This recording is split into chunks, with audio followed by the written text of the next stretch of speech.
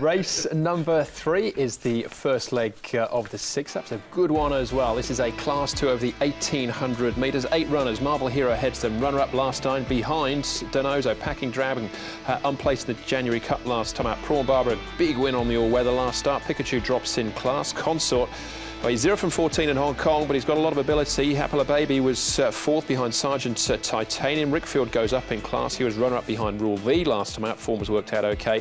And Victory Boys was behind Exultant last time out. Karis Deaton on the board, lightweight on his back. So an interesting Class 2 contest. High Class 1 here, Brett. So have a look at the speed map.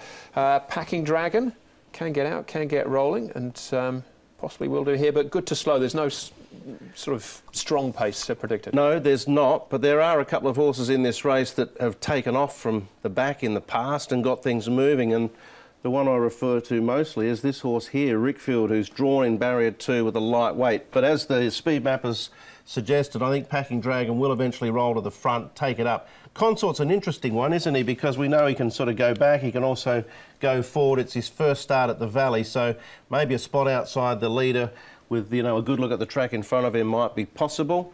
But potentially a sort of a little bit of a sit, you know, dash, sit, dash here. Very eager to see if something takes off from the back. All right, what clues can you give us from the track work, Paul? Not much, really. There wasn't too much track work here, but we can have a look at a couple of pieces. The first one being Packing Dragon. He's the likely pacemaker.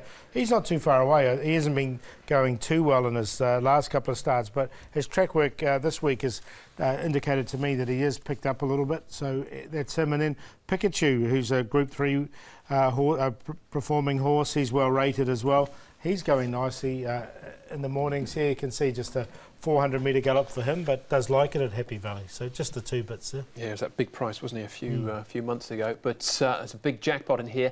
$3 million going into the pool, so an estimated dividend in the region of $7 million for the 6-win bonus this Wednesday night. Let's start our search for the winners with Prawn Barber. This was on the all-weather last time out. Just his second win, but a fair bit of authority about it. He's hard to dismiss. Having said that, these better performances, not that he's really ever put in a bad one, but the last 2 performances were very good, and they were both on the all-weather. He was just, you know, obviously a class act in this race here, but he's got to go up to Class 2. Now he's got to come to the Valley. He's only had the 1 start here before, but he's fit, he's raring to go, and he's drawn well, likely to get a good run in the race, whatever the tempo turns out to be. So he's hard to leave out of calculation. Yeah, he's had one start, 1 placing at Happy Valley. So, look, if he can go on with that. I was surprised that he'd only won 1 race prior to that, you know, when you say this is only his second win, because he always seems to have been there sort of around. I think this is a real open race. Any one of the 8 can win this. All right, OK. Joe Moreira will be on board Marble Hero, whose form reads very well. Let's get his thoughts. Joe, you rode Marble Hero again on Wednesday night. Top weight. Are you confident with him here? Of course I am. He's got a good form around him. The horse that beats him last time went over to win a cup race on the weekend. So, yeah, I'm very confident about him. Up to 1,800 metres, is that a better distance for him? I think that's the best distance for him, to be honest. I think I won on him before over 1,800 metres, and based on that, I would think that 1,800 is his best distance. Just looking at his weight too, he's not a particularly big horse. Carrying top weight, is that a concern? It is a concern, but if you look at his form, he's been carrying top weight and he's been consistent. So, yeah, I'm still confident even if he's carrying top weight. Sounds very confident to me. I take the tip. Marble Hero 480 at the moment. What about Consort? This was a huge effort. We're going back 2 starts. This is what he can do, but will he do it again? Well, that's the question. It's like put the ball in the clown's mouth and see what comes out, isn't it? Because you just never know what you're going to get. He's like a box of chocolates, is he, Paul? Very much so.